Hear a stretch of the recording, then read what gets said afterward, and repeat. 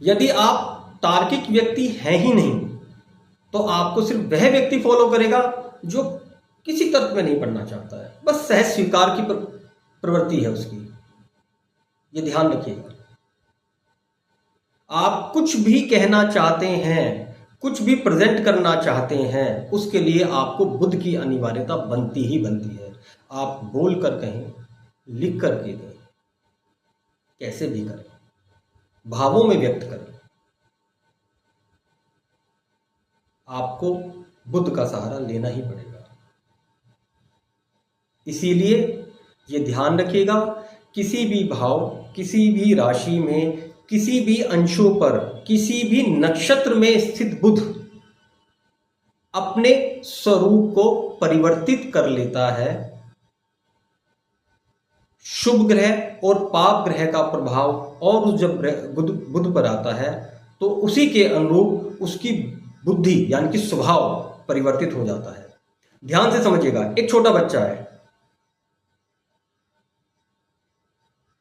पिता की गोद में बैठेगा, उसे पिता से कोई काम है, पिता के साथ लाड़ शुरू हो जाएगा। पापा मेरे को ये लेना है, या मेरे को मम्मी ने मारा, या मेरे को डांटा, ये डांटा, वो डांटा। वो पिता का स्नेह ले लेता है। पिता को पता है कि वो मेरा पोपट बना रहा है, लेकिन उसकी तुतलाती बातें, उसका सहज बोलना, उसकी प्रेजेंटेशन, उसकी सहज सरलता पिता को मोहित कर लेती है और पिता उसकी बात मान जाते हैं।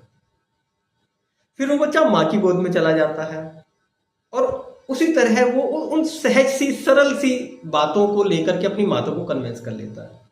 माता को भी पता है कि वो मेरे को सिर्फ पोपट बना रहा है।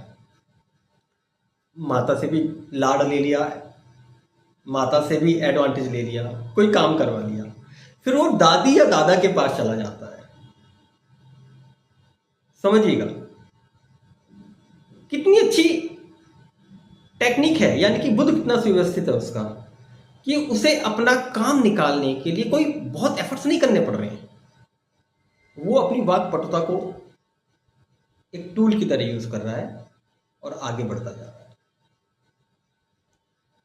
इसीलिए हम ये कहते हैं कि सुव्यवस्थित बुद्ध और अव्यवस्थित बुद्ध हमें किसी का प्रिय और अप्रिय बना सकता है। एक वही छोटा बच्चा जब बड़ा हो जाता है, उसके तर्क बली हो जाते हैं, या उसका विवेक और जागृत हो जाता है, या और परिष्कृत हो जाता है, या किसी और ग्रह की दशा उस पर आ जाती है, तो वही बच्चा जो परिवार का प्रिय हो रहा है आज की डेट में, हो सकता है कल को वही बच्चा परिवार का अप्रिय भी हो जाए। तो किसी का प्रिय बनने के लिए बच्चा बनना भी जरूरी है। निर्भर करता है हम आयु के और जीवन के किस दौर से गुजर रहे हैं। हमारी जिह्वा, टंग, हमारा स्वाद भी है, हमारे शब्दों की अदायगी भी है, शब्दों का चयन भी है, वोकैबुलरी भी है। बुद्ध पर जैसा प्रभाव होगा उसी प्रकार की हमारी वोकैबुलरी होगी, उसी प्रकार के शब्दों का चयन।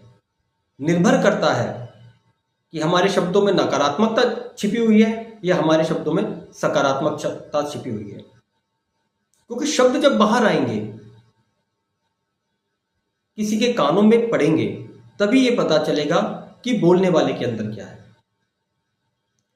हमेशा ध्यान रखिए, बुद्ध पर जिस प्रकार के ग्रहों का प्रभाव होगा उसी के अनुरूप बुद्ध अपने स्वभाव को रूपांतरित करेगा ही करेगा। फिर जब बुद्ध की दशा आएगी, महादशा होगी या अंतरदशा होगी, वह उन दशाओं में अधिक प्रभावी हो जाएगा जिन ग्रहों से उनके शुभ संबंध है, शुभ फलों के लिए, या आप कह सकते हैं अपने सकारात्मक फलों के लिए। और वह उन दशाओं में भी सक्रिय रहेगा जहां पर वह नकारात्मक फल भी देगा। यह जुबान ही है जो हमें किसी का प्रिय और अप्रिय कर देते हैं। हमने कोई ऐसी बात बोली कि अपना बहुत बड़ा नुकसान कर लिया। जुबान, बुध। हमने ही कोई ऐसी बात बोली जो बहुत बड़ा नुकसान फायदे में बदल गया। इससे बुध। दशाएं, शुभ दशाएं, अशुभ दशाएं। शुभ ग्रहों से बुध के संबंध, अशुभ ग्रहों के बुध से संबंध। शुभ भावों के बुध से संबंध, अशुभ भावों के बुध से संबंध। बुध आपको गेम्स में भी एक्सपर्ट बनाता है। कौन से games? Puzzles game, indoor games, वो जो आप बैठ कर खेल सकते हैं। चेस है, कैरम बोर्ड है, लूडो है। फिजिकल वर्कआउट की जरूरत नहीं है। एक अच्छा बुध आपको बैठकर काम करने के लिए इंस्पायर करता है, क्वालिटी डेवलप करता है आपके अंदर। आप बैठकर बहुत अच्छा परफॉर्म कर सकते हैं। एक अकाउंटिंग का बंदा है, उसके लिए बुध बहुत मायने रखता है। एक राइटिंग वाला बंदा है, एक कंटेंट राइटर है, एक स्टोरी राइटर है, ये सब लोग काम बैठकर ही करते हैं। आइडिया कहीं से भी आ सकते हैं, लेकिन काम इनको बैठकर ही करना होता है। इनको अपना आपको परफॉर्म करने के लिए एक प्रॉपर सीटिंग स्पेस चाहिए। इसीलिए बुध का शुभ ग्रहों से संबंध और अशुभ ग्रहों के से संबंध हमें जीवन में या तो आगे ले जाता है या पीछे ले जाता है। बुध को व्यवस्थित जितना रख सकते हैं उतना रखिए।